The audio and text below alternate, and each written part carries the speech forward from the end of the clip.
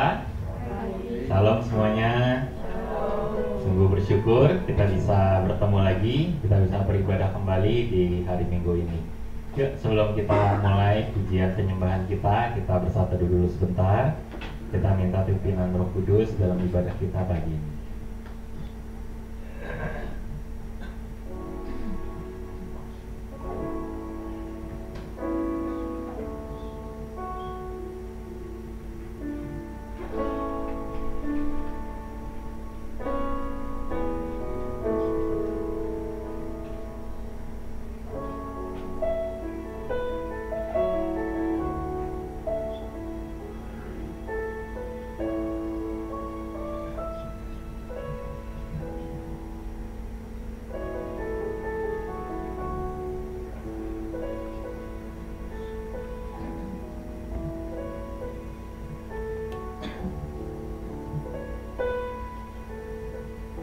Ya Tuhan, terima kasih untuk pagi ini.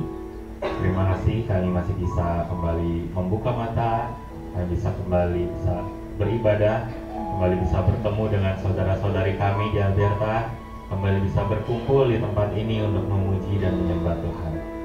Terima kasih Tuhan untuk momen ini, untuk kesempatan ini, dan kami tahu ini semua hanya karena anugerah Tuhan semata. Karena itu Tuhan, kami tidak akan sia-siakan. Kami mau memuji dan menyembah-Mu di tempat ini dengan sepenuh hati kami. Kami mau menyembah, kami mau menaikkan pujian untuk Engkau. Kami mau bersorak, kami mau menari, kami mau menyanyi, kami mau bersuka cita karena Engkau hadir di tempat ini. Terima kasih Tuhan. Hanya di dalam nama Tuhan Yesus kami sudah berdoa dan kami siap memuji menyembah-Mu. Haleluya, amin. Mari Alberta sedang untuk berdiri. Kita menyatakan tak terukur kasih-Nya Tuhan kita.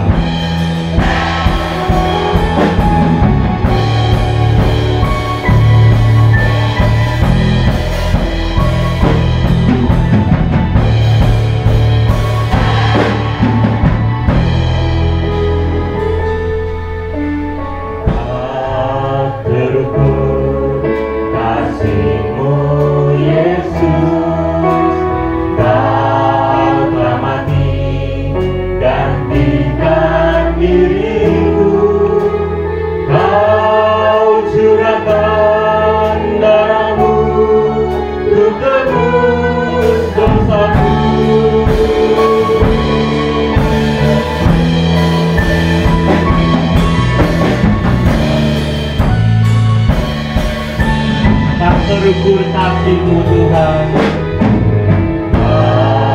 Terukur kasih-Mu Yesus. Kau telah mati gantikan diriku.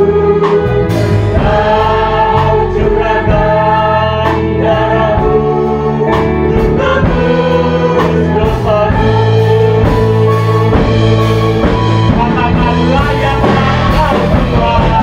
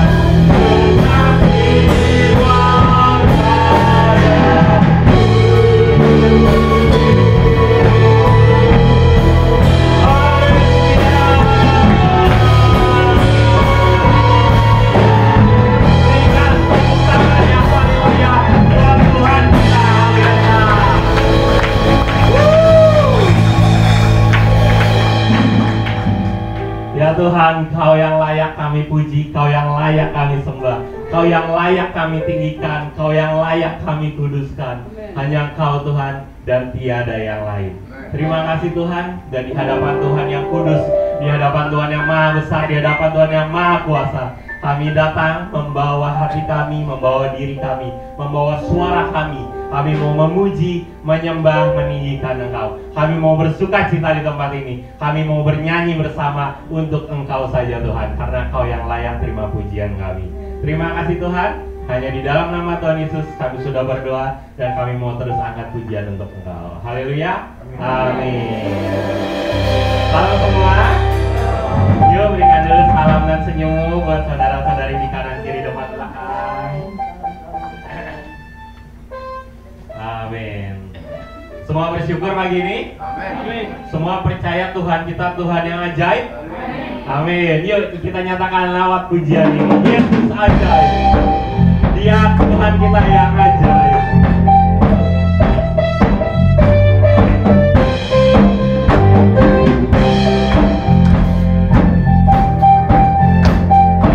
Yuk sama-sama Alberta katakan, Yesus ajaib, Tuhanku ajaib, kasih-Nya ajaib bagiku. Yesus ajaib, Tuhanku ajaib. Apakah Dia akan berubah memang? Amin. Dia tak berubah kasih-Nya. Setiap hari menyertai kita semua.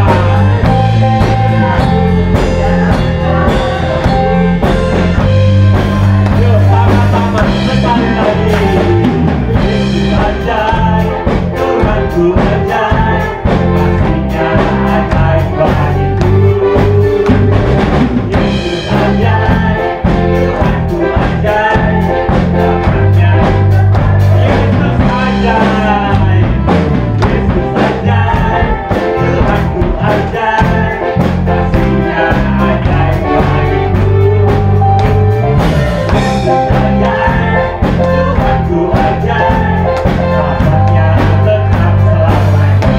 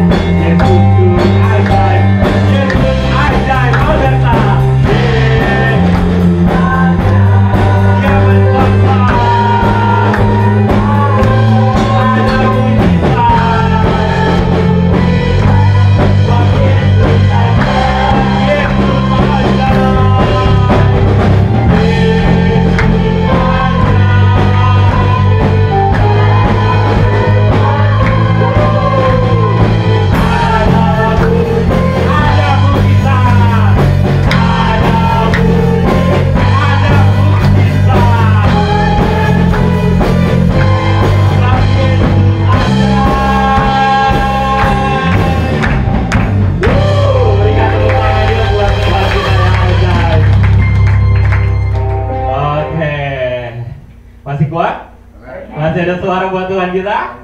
Amin. Yuk, langit dan bumi pujilah Tuhan. Kita juga di tempat ini memuji Tuhan. Alam semesta memuji Tuhan. Semua ciptaannya memuji Dia.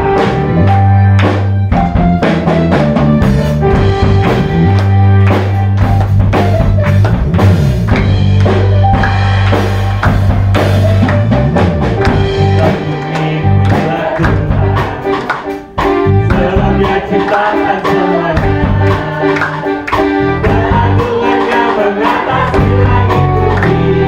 Sekali lagi, langit dan bumi pujilah Tuhan. Yuk sama-sama, langit dan bumi pujilah Tuhan.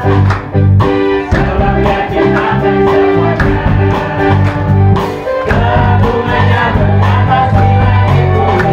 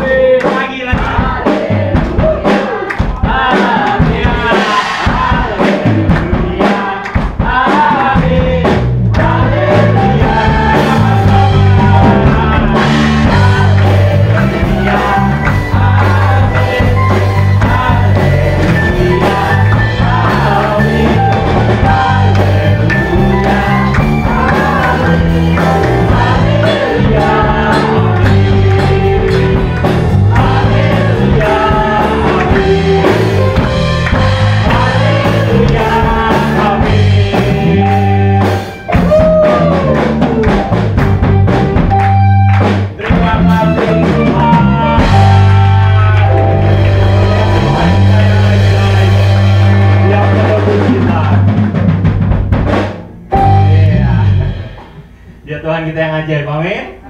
Dia menebus kita semua. Semua di sini merasakan kasih-Nya, mengalami mujizat Tuhan, amin. Yuk, sebelum kita mau dengar firman Tuhan pada pagi ini, kita siapkan hati kita dulu.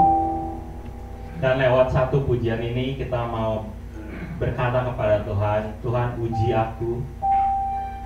Apakah setiap dari kami mengasihi-Mu? Apakah memang kami turut perintah-Mu? Ujilah kami Tuhan, ujilah kami.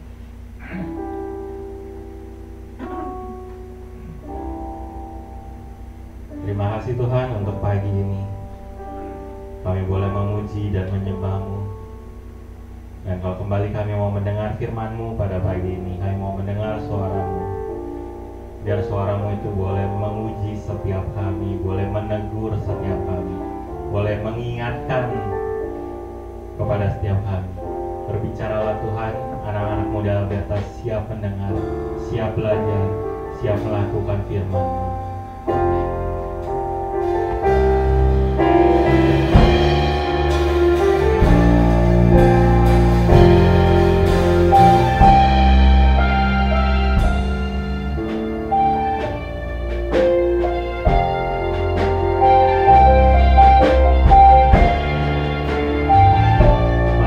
Nyatakanlah pujian ini, ujilah aku Tuhan. Ujilah aku Tuhan, cobalah aku Tuhan. Selidiki setiap kami Tuhan. Selidiki hatiku dan hatiku.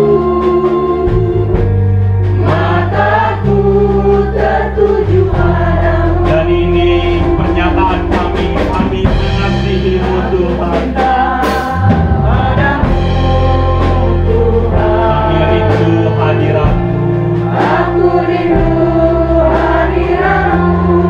Urapi setiap anak-Mu di tempat ini Tuhan. Aku ingin selalu dekat padamu, menikmati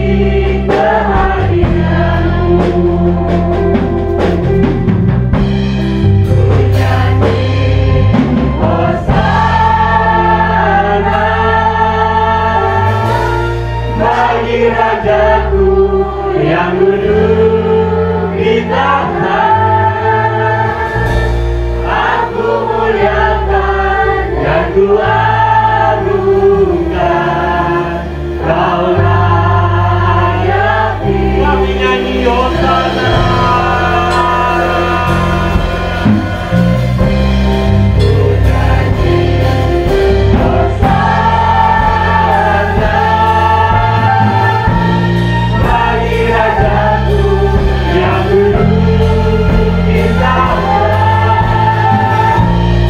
Aku muliakan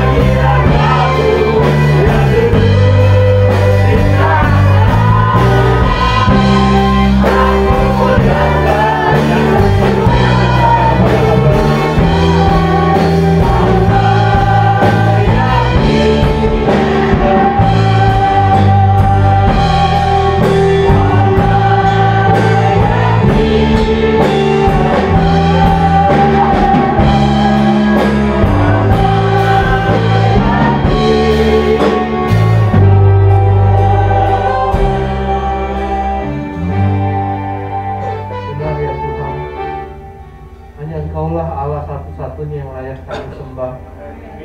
Allah yang kami kenal lewat putramu yang tunggal Yesus Kristus, yang telah berkorban di atas kayu salib, mencurahkan darahnya dan memberikan kasihnya hanya kepada kami semua.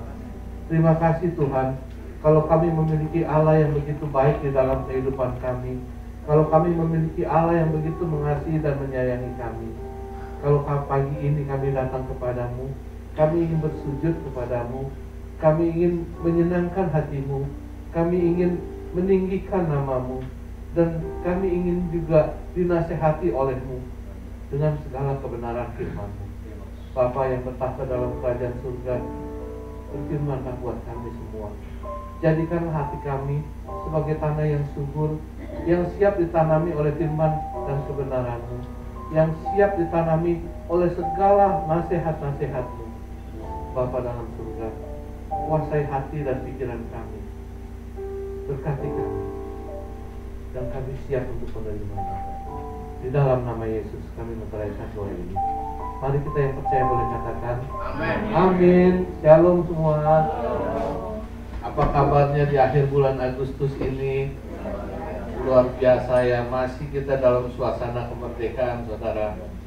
Saudara, hari ini saya akan berkhotbah dengan tema komunitas yang saling membangun. Komunitas yang saling membangun. Untuk itu saya ajak saudara-saudara untuk membuka kitab Para Rasul. Kitab Para Rasul 2, ayatnya yang ke-41 sampai ayat yang ke-47. Kitab Para Rasul 2 ayat 41 sampai 47. Kita akan baca secara bergantian ya. Saya akan bacakan ayat yang ganjil, saudara baca ayat yang genap. Perikop ini berjudul Cara Hidup Jemaat yang Pertama. Firman Tuhan katakan, orang-orang yang menerima perkataannya itu memberi diri dibaptis, dan pada hari itu jumlah mereka bertambah kira-kira 3.000 jiwa.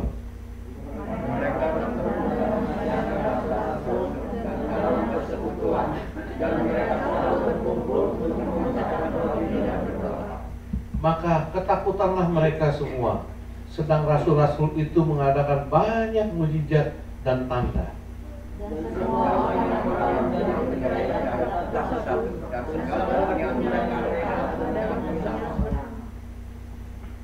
Dan selalu ada dari mereka yang menjual harta miliknya, lalu membagi-bagikannya kepada semua orang sesuai dengan keperluan masing-masing.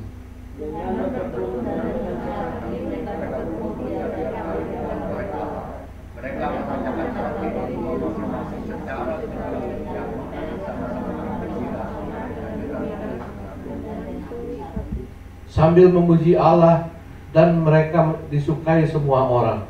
Dan tiap-tiap hari Tuhan menambah jumlah mereka dengan orang yang diselamatkan. Amin. Saudara, tema kita tadi saya sudah sebutkan, komunitas yang saling membangun. Komunitas itu apa sih, saudara? Kumpulan ya. Kita samain persepsi dulu ya. Komunitas itu kumpulan, ya memang kumpulan. Kalau saya baca di dalam Kamus Besar Bahasa Indonesia, terjemahannya itu sekelompok atau sekumpulan orang yang saling berinteraksi. Jadi ada hubungan, ada saling ngobrol, ada saling tegur sapa, ada saling hubungan. Itu komunitas. Sebenarnya komunitas itu baik apa enggak sih? Hah? Ada baiknya ada enggaknya. Benar sih. Komunitas itu ada baiknya ada enggaknya. Kita perlu nggak sih punya komunitas? Perlu ya? Benar? Perlu ya? Semua saudara punya komunitas dalam kehidupan saudara? Ada ya? Saya kemarin tanya istri saya, yang gue punya komunitas nggak sih? Nggak ada. Yang jawab bukan istri saya, rame-rame. Anak saya juga bilang nggak ada, papa nggak ada komunitas katanya. Saudara, memang komunitas itu diperlukan dalam setiap orang, setiap individu pasti perlu komunitas. tadi udah dijelasin, komunitas itu sekumpulan orang yang saling berinteraksi. Bisa itu 3, bisa itu 4, bisa itu 10, bisa itu 100, bisa itu 1000. Tapi itu memang komunitas umum yang ada dalam kehidupan kita. Komunitas yang ada dalam kehidupan kita itu pasti ditentukan dengan diri kita sendiri, di mana kita tinggal, atau hobi kita apa, atau profesi kita apa, atau dengan siapa kita berhubungan. Itu pasti akan timbul satu komunitas. Yang mudah saja ya, yang kira-kira saya bisa tebak. Misalnya Pak Sugi, saya taksir Pak Sugi, mungkin Pak Sugi minimal punya satu komunitas. Komunitas apa? Pecinta anjing. Mungkin ya. Karena saya lihat di Facebook, Instagram, banyak sekali tentang yang ditunjukkan oleh Pak Sugi tentang anjing itu. Dan saya lihat anjing-anjingnya Pak Sugi juga hebat-hebat. Siapa Max Tom ya? Namanya juga keren-keren. Selalu menang juara gitu. Nah, dari apa yang Pak Sugi hobiin ini, itu pasti ada satu komunitas. Dan saudara, memang dengan adanya satu komunitas itu, kita pasti akan dapat banyak hal yang bisa kita miliki. Kalau umpamanya Pak Sugi suka komunitas anjing, mungkin ada ilmu-ilmu tertentu yang Pak Sugi tambah. Oh, kalau anjing ini begini loh. Kalau anjing ini lebih galak loh. Oh, bagusnya kasih makan anjing seperti ini. Itu pasti akan sesuatu, beri input buat kita, sehingga pengetahuan kita ini semakin bertambah. Itu kalau kita punya komunitas. Mungkin kalau Pau, yang saya kenal Pau paling nggak punya satu komunitas. Komunitas apa? Komunitas guru gitu. Karena dia bermain di lingkungan guru. Mungkin dengan komunitas guru itu mereka bisa saling berbagi, saling ngobrol, saling cerita. Aduh, kalau anak ini seperti ini, cara nanganinnya begini. Kalau anak yang modelnya begini, cara nanganinnya begini. Lewat komunitas itu ada sesuatu yang bisa kita dapatkan itu. Ini satu komunitas. Selain Pau punya komunitas guru, yang saya suka lihat, perhatikan dengan Pau tuh sering main basket. Oh, berarti komunitas yang kedua ini dia komunitas pecinta basket gitu. Punya teman-teman basket.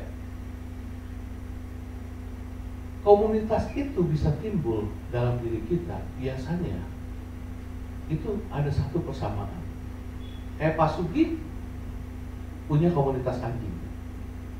Antara Pak Sugi dengan semua orang yang ada di dalamnya itu pasti punya kesamaan. Semuanya hobi anjing. Nggak mungkin Pak Sugi hobi anjing, yang lain semuanya hobi ayam. Itu kan lucu sendiri ya. Pasti punya persamaan. Dalam kehidupannya semua komunitas itu pasti punya persamaan. Sekalipun itu komunitas buruh. Kalau komunitas buruh itu persamaannya apa? Profesi, tenaga kerja. Saudara, saya pernah pergi ke Hong Kong ya. Itu ke Hong Kong kalau ada satu hari libur, itu ada satu namanya Victoria Park ya. Itu tempatnya bagus, pinggir pantai. Itu kalau satu hari libur buruh, saudara tahu nggak di sana yang kumpul siapa? TKW, bener-bener TKW. Itu bukan Hong Kong, jadi Tegal, jadi Brebes di situ. Oh, Boten pun ngomongnya udah semua kumpul. Itu komunitas yang besar sekali. Mereka di situ kalau kumpul buru-buru TKW kita, itu masing-masing ada yang bawa sayur asem, ada yang bawa tempe bacem, ada aja makanan khas kita yang dibawa ke sana untuk makan rame-rame. Itu satu komunitas, itu komunitas yang udah cukup besar sekali. Kalau umpamanya saya yang sering jalan pagi dulu, sekarang udah lama nggak jalan pagi. Saya jalan di Ancol. Saudara pasti pernah Ancol semua ya.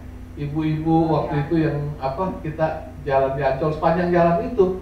Saudara coba pergi dari jam 6 pagi deh sampai jam 9. Di situ saudara bisa ketemu paling sedikit 8 komunitas. 8 komunitas pecinta olahraga pagi. Dan masing-masing pecinta olahraga pagi itu beda-beda komunitasnya. Ada yang komunitas empek-empek sama cim-cim. Ada. Anggotanya siapa? Empek-empek sama cim-cim. Jadi yang udah tua-tua. Bukan pantaran kita. Oh, saya belum empek-empek. Pantarannya di atas saya lebih senior. Mereka tuh olahraganya setel lagu Mandarin kuno gitu. Olahraganya model kayak Tai Chi lah, gini lah. Yang santai-santai. Dan saya lihat kebiasaan pempek cim-cim ini, itu rata-rata mereka selalu bawa rangsum. Rangsum, bener. Jadi selesai olahraga, mereka tuh mungkin olahraganya saya nggak perhatiin berapa lama. Duduk ngobrol di situ. Ada yang bawa nasi uduk, ada yang bawa bakmi, ada yang bawa kue. Saya sampai colek-colek sama istri saya, kalau itu, lu kenalan dong, salah satu lu perhatiin. Mana tahu kenalan ngobrol-ngobrol, kan kita bisa numpang makan di situ. Ini baru satu komunitas. Biasa si empek-empek, cim-cim itu adanya di pojok sana ya. Nah, jalan nggak berapa jauh, itu ada komunitas olahraga lagi. Sebutannya mungkin apa? Macan ya. Mak cantik. Jadi rata-rata kayaknya emak-emak semua. Nah, itu olahraganya lain. Mereka rata-rata olahraganya model bugi-bugi itu. Yang apa? Reggae, bugi-bugi begitu. Olahraganya juga cepet, dance. Nah, istri saya punya kenalan itu, salah satu anggotanya itu kenalan di sini. Sini dong ikut, sini olahraga. Saya bilang udah ke sana, gue jangan nanti sendiri. Enggak, gue malu katanya nggak enak. Ini olahraga, ini apa komunitas kedua. Ada lagi komunitas yang campuran gitu. Yang campuran lagunya lain lagi. Ada yang lagu-lagu kita model lagu-lagu lama, lagu-lagu saudara seru. Sepanjang pantai itu banyak komunitas yang hadir di situ. Ada juga komunitas yang dari perusahaan, dari mana? Ada. Ini komunitas. Dan kalau kita berkumpul, kita bergabung dengan komunitas ini, banyak hal yang bisa kita dapatkan. Dulu, saya punya komunitas, namanya komunitas HD. Keren ya, HD, Harley Davidson. Teman saya itu orang-orang pecinta moge semua, motor gede semua. Jadi motor yang cc-nya di atas 500.000, semua pecinta moge, Harley Davidson. Tapi udah lama saya jual motor. Saya nggak punya motor gede lagi, jadi tapi komunitas itu tetap ada. Komunitas HD saya ada. Cuman HD-nya di sini beda. HD-nya hemodialisis. Cuci darah. Karena apa? Karena saya udah nggak main HD, mainnya cuci darah. Jadi seminggu sekali saya tuh harus cuci darah. Nah, di komunitas itu baca macam-macam. Ada dari empek-empek, encim-encim, emak-emak, orang muda, bahkan sampai anak-anak yang masih muda. Di komunitas itu kita ngobrol, istri saya sih yang lebih banyak ngobrol. Saya HD, istri saya yang banyak ngobrol. Itu bisa tahu banyak hal tentang ini. Ada orang cuci darah karena apa? Ada satu TKW masih muda. Dia cuci darah karena apa? Dia bekas kerja di Hong Kong. Tiap hari minum soft drink. Akhirnya apa? Kena ginjalnya hancur. Ada satu wanita cantik, saya nggak tahu karena waktunya nggak sama saya. Wanita cantik, oh cantik tuh Pak, suster cerita. Itu ada Pak, masih muda, cantik banget. Kena HD, harus HD karena apa? Karena dia minum obat kurus. Obat kurus. Ini siapa yang minum obat kurus? Oh, nggak ada kurus-kurus semua. Karena minum obat kurus.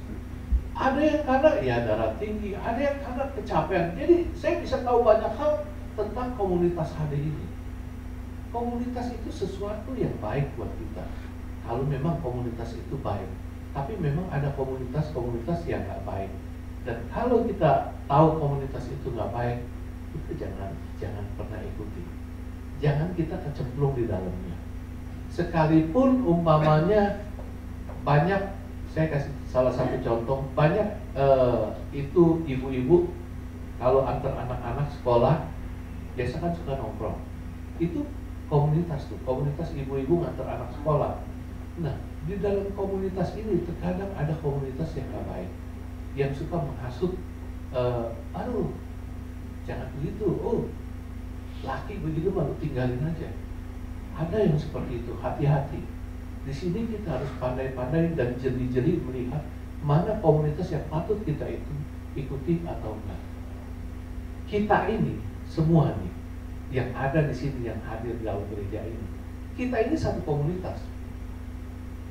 Kita ini komunitas rohani yang ada di GBI Alberta.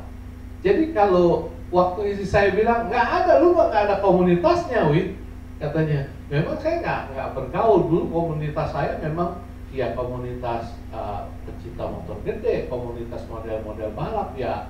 Modelnya kayak Pak Sudi, cuma saya yang balapan, Pak Sudi jago tekniknya, cuma belum kenal aja. Komunitas saya model seperti itu. Tapi setelah itu nggak ada, ya memang jujur saya nggak ada komunitas. Komunitas saya paling komunitas hamba-hamba Tuhan, sama seperti Ibu Carmelia, karena saya banyak bergaul sama hamba-hamba Tuhan. Tapi kita, walaupun kita pendiam seperti apa, yang sekarang hadir di sini, ini adalah komunitas kita, komunitas rohani. Dan komunitas rohani yang kita miliki satu-satunya ini, itu adalah komunitas yang terbaik. Saya katakan ini komunitas yang terbaik, dan kita harus hidup dan berkembang di dalam komunitas ini. Saudara, tadi waktu pembukaan saya ajak saudara-saudara membaca firman Tuhan tentang cara hidup jemaat mula-mula. Itu adalah komunitas anak-anak Tuhan yang boleh saya katakan komunitas yang solid, komunitas yang berkembang dan saling membangun. Itu yang pernah ada. Itu yang pernah ada. Bagaimana komunitas itu timbul? Komunitas itu timbul di awal, nggak jauh setelah Yesus meninggal. Nggak berapa lama. Jadi setelah Yesus meninggal, Yesus kan janji sama murid-muridnya untuk memberikan Roh Kudus kan. Nah, setelah Roh Kudus itu turun ke murid-muridnya, beberapa waktu kemudian Petrus dan rasul-rasul yang lain dipenuhi oleh Roh Kudus. Mereka mulai berbicara. Berbicara dengan bahasa-bahasa yang aneh, bahasa-bahasa yang asing. Yang orang-orang waktu itu dengar, dia bilang, wah dia mabok nih. Ini murid Yesus semua pada mabok. Enggak. Yang mereka omongin itu adalah kemuliaan Tuhan, kebesaran Tuhan, cerita tentang Yesus, kedahsyatannya, kehebatannya, dan segala macam tentang kebesaran Tuhan. Saat itu, waktu Petrus KKR, itu KKR terbesar pertama. Berapa orang? 3.000. Di ayat 1 bisa dijelaskan 3.000 orang bertobat. Bisa bayangin nggak 3.000? Banyak, men. Banyak. Kita kalau malam di sini Sunter aja nggak ada 1.000 ini. Kalau lagi rame-ramenya juga nggak ada. 3.000. Dari 3.000 orang berbeda ini yang terima Yesus, mereka akhirnya menjadi satu komunitas. Dan komunitas mereka adalah komunitas anak-anak Tuhan. Dan lihat, dari hari ke hari, dari waktu ke waktu, mereka berkembang dengan luar biasa. Luar biasa. Apa yang ada dalam komunitas itu? Ini yang coba kita lihat dan kita coba pelajari. Kita mulai dari ayat yang ke-44. Di ayat 44 di situ dikatakan, dan semua orang yang telah menjadi percaya tetap bersatu, dan segala kepunyaan mereka adalah kepunyaan bersama. Saya menyederhanakan firman Tuhan ini dengan kata-kata, di situ ada kekompakan. Dan semua orang yang telah menjadi percaya tetap bersatu. Kalau kita beda-beda suku, beda-beda kepala, beda-beda pendidikan, kita bisa bersatu. Itu namanya ada kekompakan. Saudara, dalam sebuah komunitas, kalau dia mau saling berkembang, dia mau saling mengisi, itu ada satu yang namanya kekompakan. Bukan cuma dalam satu komunitas, dalam segala hal di dalam kehidupan manusia dunia ini, itu perlu apa yang namanya kekompakan. Benar nggak? Perlu.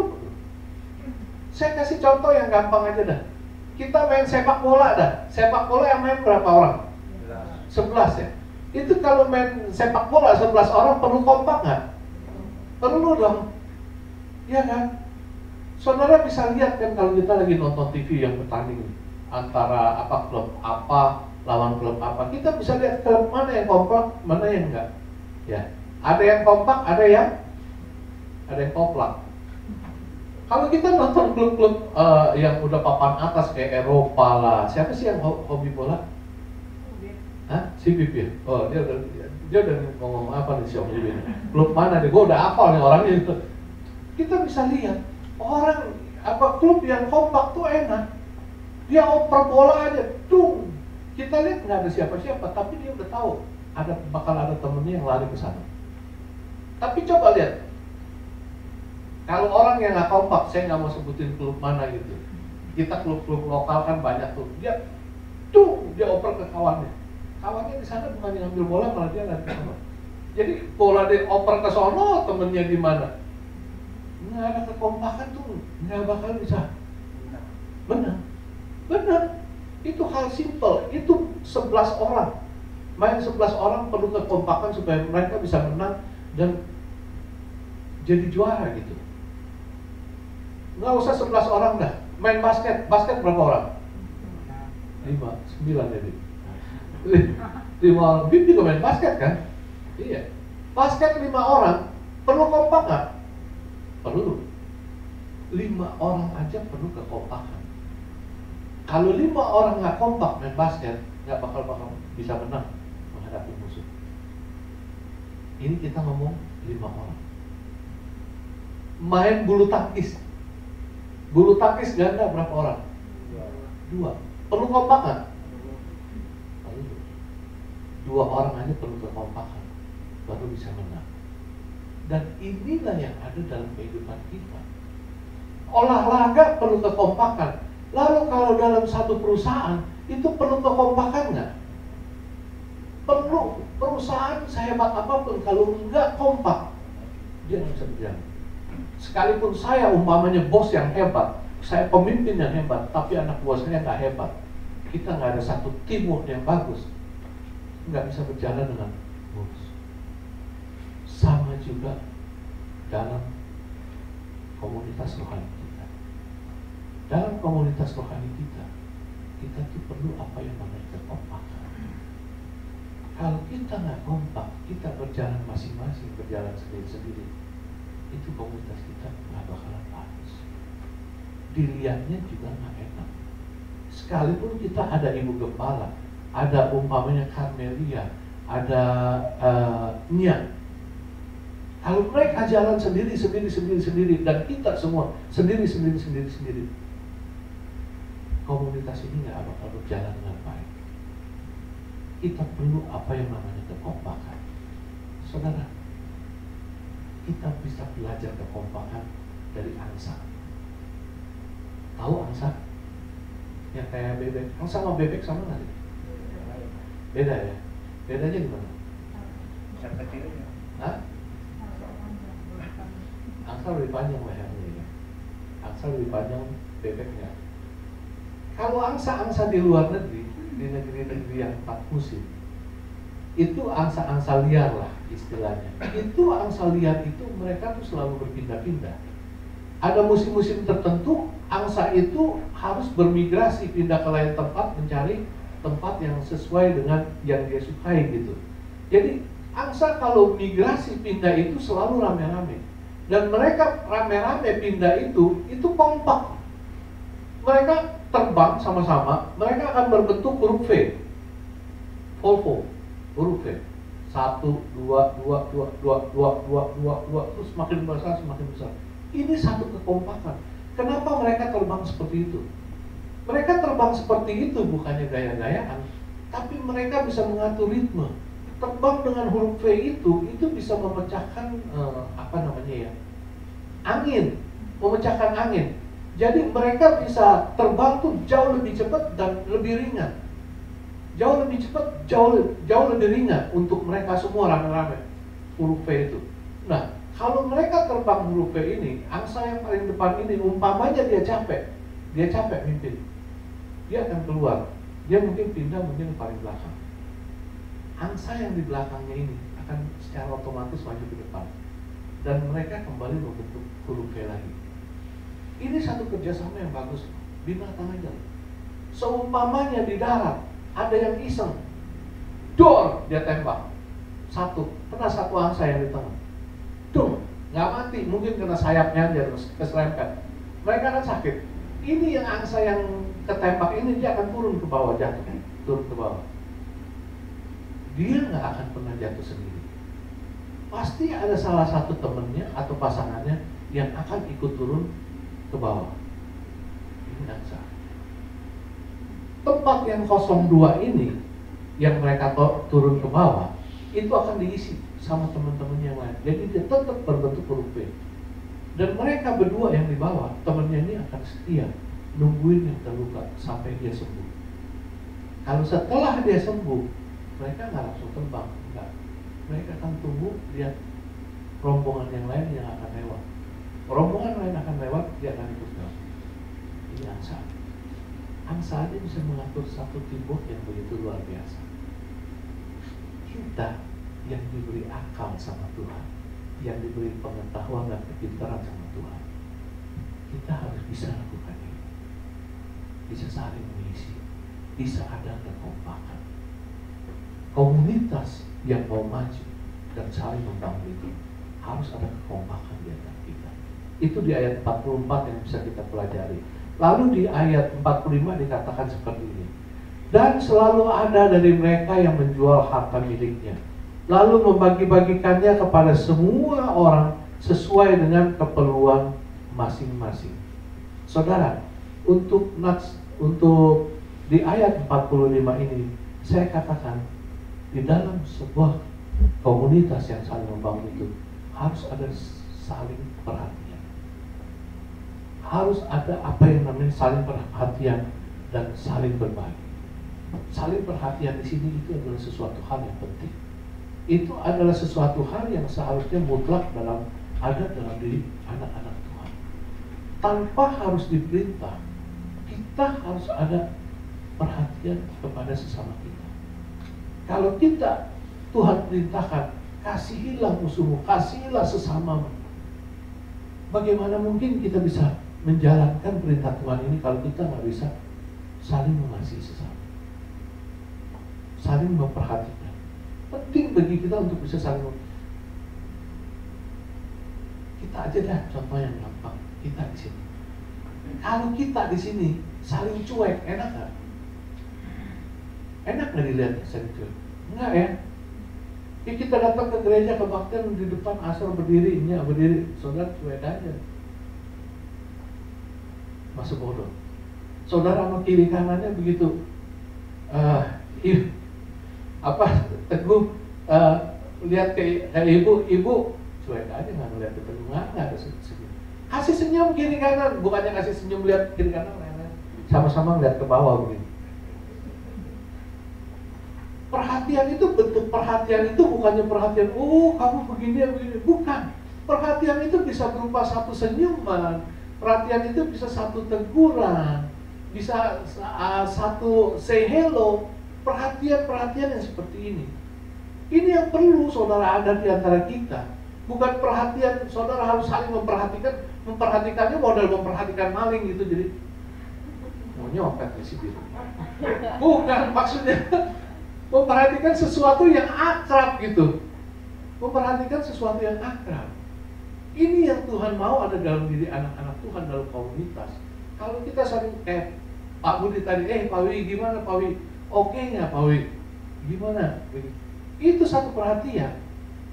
Kalau saya umpamanya selesai ibadah, saya ngobrol sama Pak Budi, Pak Sugi, itu satu perhatian, saling memperhatikan di antara kita. Ini penting loh. Ini penting. Waktu saya pertama kali HD cuci darah, itu yang tahu itu Felix sama Paul. Saya bahkan mereka nggak tahu kalau saya HD. Mereka guyonin saya gitu, karena di sini saya nih ada bekas plester sampai ke leher, saya nggak kelihatan. Kalau nggak salah Felix yang tanya, Paul yang tanya, Paul tanya saya, Pak Wiwi, itu kenapa di leher? Luka apa di leher? Felix menjawab, bukan saya yang ngejawab, Felix yang menjawab. Felix masih bilang, itu biasa, luka masa muda itu, katanya, kenakalan remaja katanya.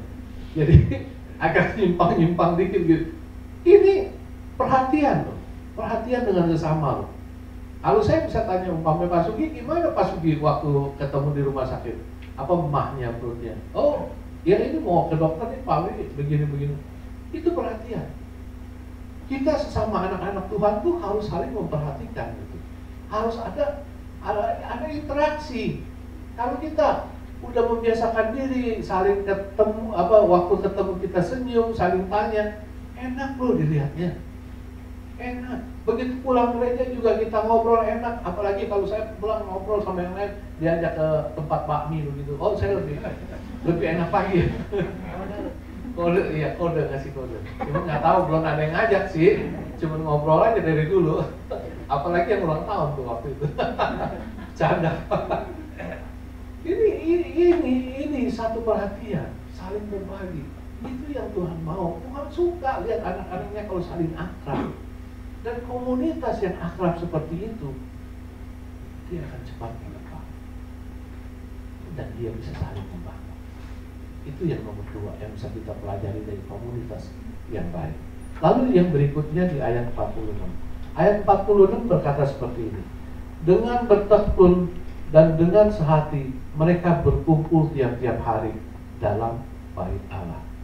Mereka memecahkan roti di rumah masing-masing secara bergilir dan makan bersama-sama dengan gembira dan dengan tulus hati. Mereka bertekun dan dengan sehati mereka berkumpul tiap-tiap hari dalam bait Allah. Ini saya katakan, ini mereka melakukan hal-hal yang positif. Dalam satu komunitas, biasanya kita sering ketemu kan. Pasuki komunitas anjing mungkin sering ketemu dengan orang-orang pecinta anjing. BIP komunitas basket sama seperti pasti ketemu sama orang-orang pecinta basket. Dalam pertemuan-pertemuan itu biasanya kita pasti akan membicarakan sesuatu. Pasti ada yang diomongin. Nah, yang terjadi dalam jemaat mula-mula ini, komunitas jemaat mula-mula, mereka bertemu dalam bait Allah. Ketemu seperti kita begitu. Tiap-tiap hari mereka ketemu seperti ini dan mereka beribadah. Mereka memecahkan roti, mereka merayakan akan tubuh dan darah Kristus. Ini saya katakan dalam pertemuan itu dia melakukan hal-hal yang positif. Kalau satu komunitas mereka sering ketemu nggak melakukan ada sesuatu hal yang positif, berarti kita harus hati-hati dengan komunitas ini. Umumnya komunitas biasa ketemu awal-awalnya itu ngobrol hal-hal yang baik. Habis itu mulai nyerempet-nyerempet. Biasa kalau mama komunitasnya begitu ketemu ngomong baik-baik, habis itu ngomongin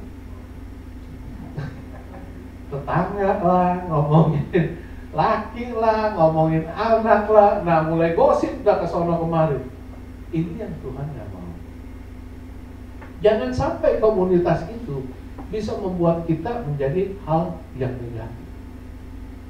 Di dalam komunitas itu harus banyak hal-hal yang dilakukan, hal-hal yang positif.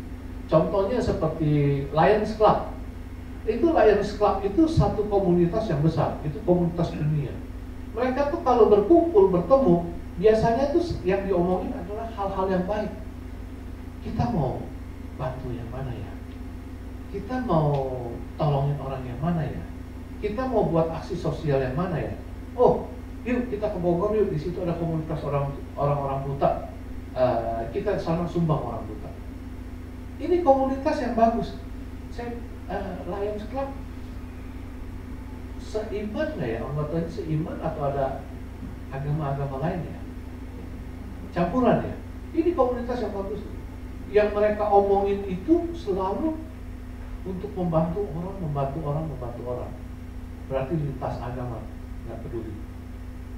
Ini ada hal-hal yang positif yang harus dilakukan.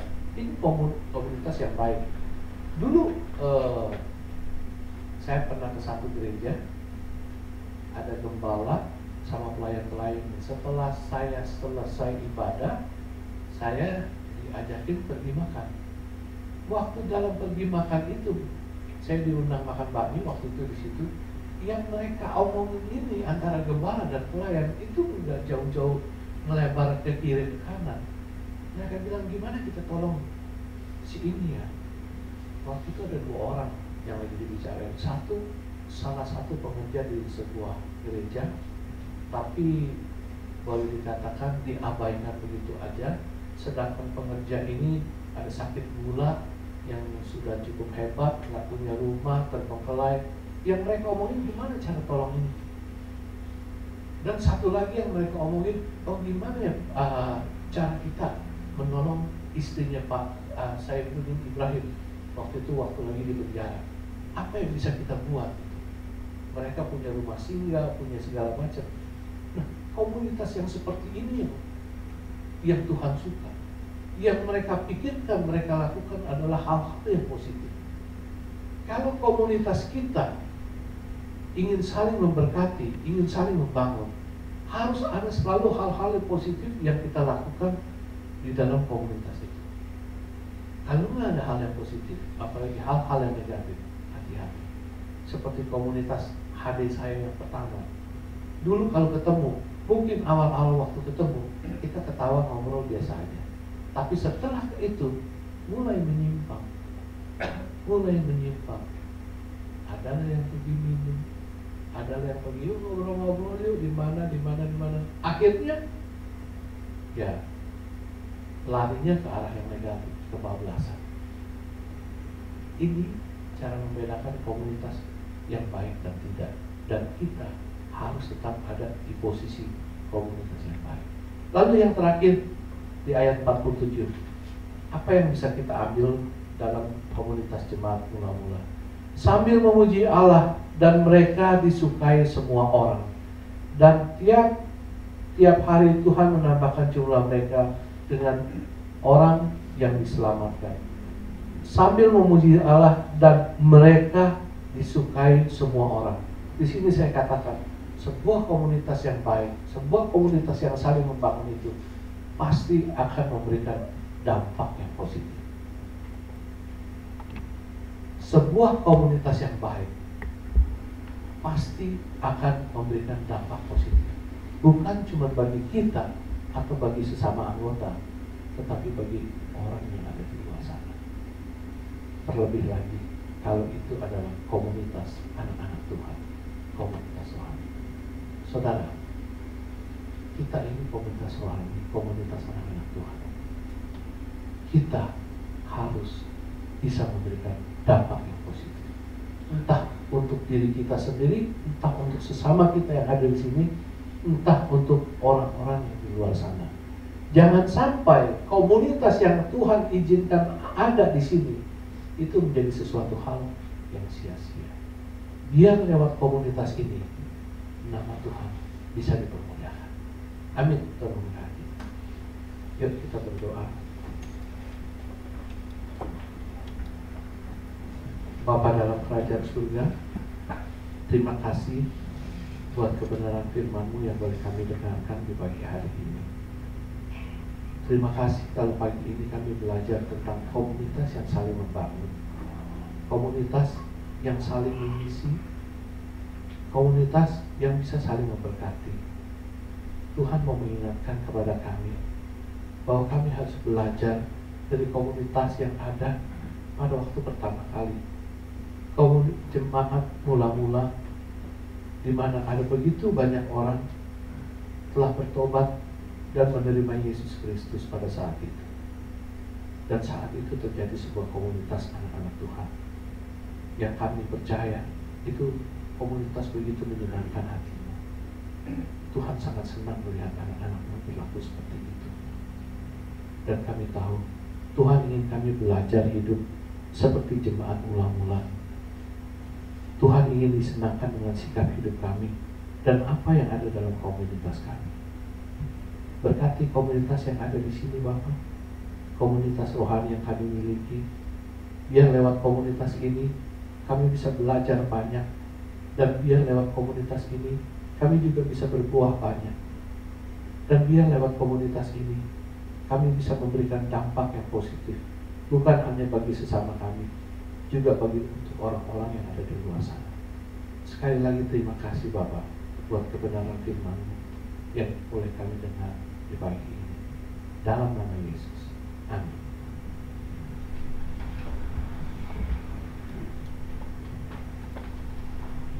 Puji Tuhan, saya yakin kita semua diberkati pagi ini oleh firman Tuhan. Dan saya atas nama Gembala dan seluruh jemaat mengucapkan terima kasih untuk pelayanan Wiwi dan Yesus memberkati. Oke, mari kita terus terikat di sini, kita berakar di sini, bertumbuh di dalam komunitas kita di tempat ini ya. Ya, sekarang kita mau berikan persembahan kita kepada yang bertugas untuk menjalankan persembahan bisa maju. Jadi Bapak Ibu bisa menyiapkan persembahan masing-masing, atau juga bisa lewat transfer, atau juga bisa lewat scan QR yang ada di bangku. Sebelum persembahan dijalankan, kita berdoa dulu. Kita tolong Ibu ya, memimpin dalam doa persembahan.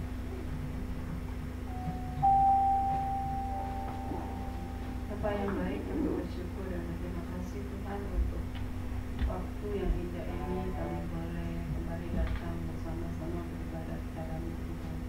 Terima kasih Tuhan, kalau kami boleh menaikkan ucapan syukur kami, bahkan melalui kesempatan pada saat ini Tuhan, kami boleh diberikan kesempatan untuk memberikan persembahan Tuhan.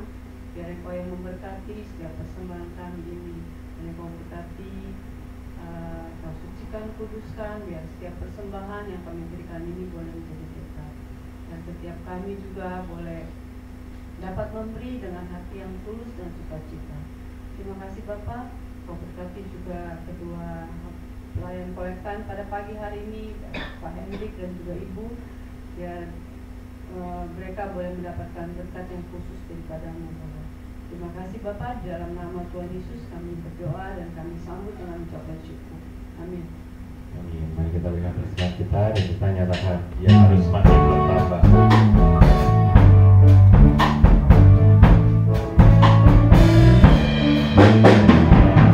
Semakin bertambah, Tuhan semakin berkurang.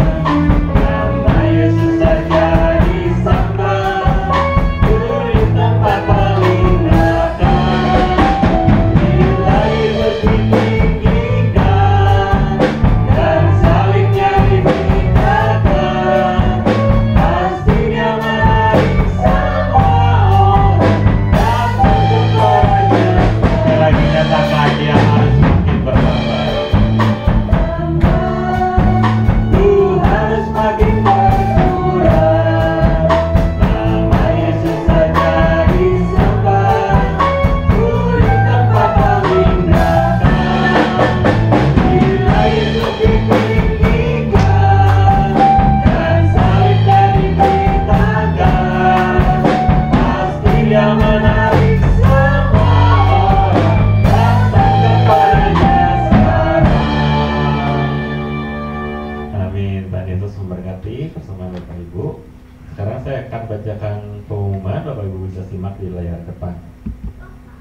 Yang pertama, BPG dan keluarga besar GBL Beta mengucapkan terima kasih kepada PDM Wiwi Kartelia yang telah menyampaikan firman Tuhan dalam kebaktian umum pagi. Tuhan Yesus memberkati keluarga dan pelayanan Om Wiwi. Terima kasih juga kepada seluruh tim pelayan yang telah setia bertugas pada hari ini. Tuhan Yesus memberkati. Untuk sekolah minggu atau Alberta Kids diadakan setiap hari Minggu pada pukul 10.30. Lalu berikutnya kebaktian pemuda Alberta diadakan hari ini Minggu tanggal 28 Agustus pukul 13 dan dilayani oleh PDM Wiwi Kartelia. Untuk kebaktian kaum wanita diadakan setiap hari Selasa pukul 10 pagi. Kebaktian pada hari Selasa besok tanggal 30 Agustus pukul 10 dilayani juga oleh PDM Wiwi Kartelia. Minggunya Om Wiwin ya. Berikutnya untuk doa bersama, GBL Alberta mengadakan doa bersama setiap hari Kamis pukul 10 pagi. Bapak Ibu bisa join bersama di doa ini. Lalu untuk kebaktian EYP diadakan setiap hari Sabtu pukul 18. Kebaktian remaja pada Sabtu ini tanggal 3 September dilayani oleh Ibu Elis Chandra. Lalu jemaat juga bisa mengikuti kegiatan-kegiatan gereja kita melalui warta digital yang dikirimkan di WA Group GBL Alberta, terutama untuk para pelayan untuk bisa memperhatikan jadwal tugasnya masing-masing.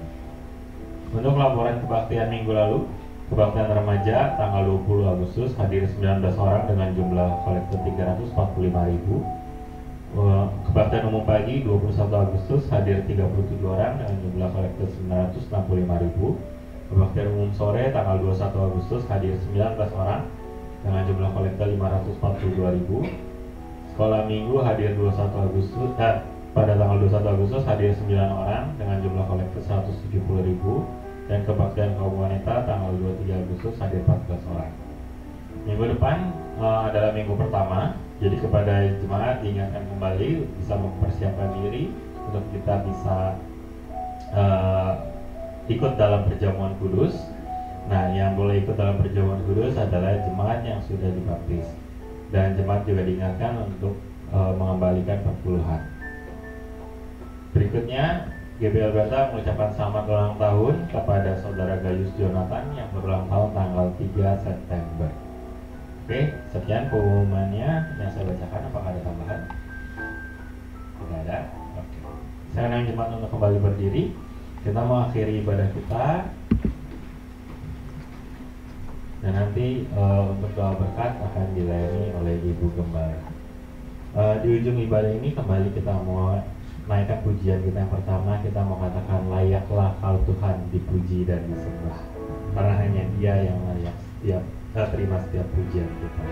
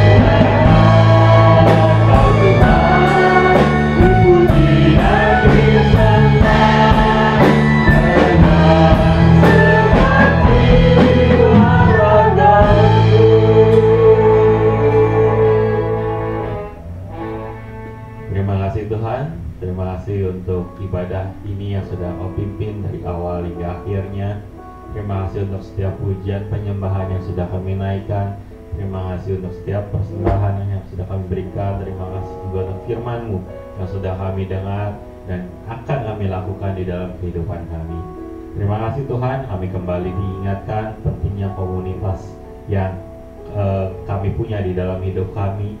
Setiap komunitas tentu ada hal yang baik dan ada hal yang buruknya, tapi kami percaya Tuhan sendiri akan memimpin kami, memberikan hikmat bagi kami untuk kami bisa memilih komunitas mana yang baik, yang memang berkenan.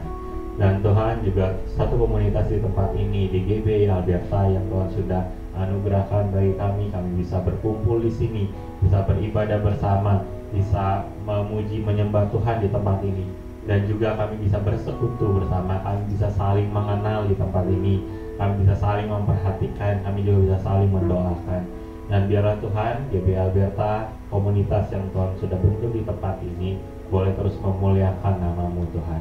Setiap jemaat-Mu, setiap anak-anak-Mu di tempat ini Kau pakai supaya kami semua bisa mencerminkan Tuhan Yesus di dalam hidup kami, dan komunitas GBI Alberta ini pun memuliakan nama Tuhan.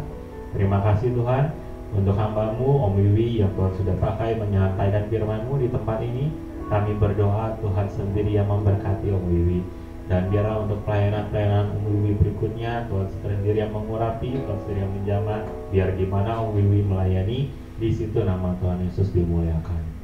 Tuhan juga kami berdoa buat saudara kami Gayus Jonathan yang berulang tahun tanggal 3 September nanti. Kami percaya Tuhan sendiri yang akan memberkatinya di hari ulang tahun dengan berkat yang khusus daripada-Mu. Dan biarlah Tuhan juga terus mengingatkan, Roh Kudus yang terus mengingatkan bahwa Tuhan tidak pernah meninggalkan Jojo di tahun-tahun yang sudah lewat, dan juga untuk tahun-tahun ke depannya Tuhan Yesus akan terus menyertai Jonathan. Untuk setiap rencananya, langkah hidup yang akan diambil, pilihan-pilihan dalam hidupnya, Tuhan tolong berikan hikmat buat Jojo biar apapun pilihan yang diambil itu sesuai dengan kehendak Tuhan. Terima kasih Tuhan, kami berdoa buat Jonathan. Dan kami terakhir juga berdoa buat anak-anakmu dimanapun juga yang beribadah pada hari Minggu ini, baik itu di tempat yang nyaman ataupun tidak nyaman, baik itu di dalam situasi yang damai ataupun sedang perang.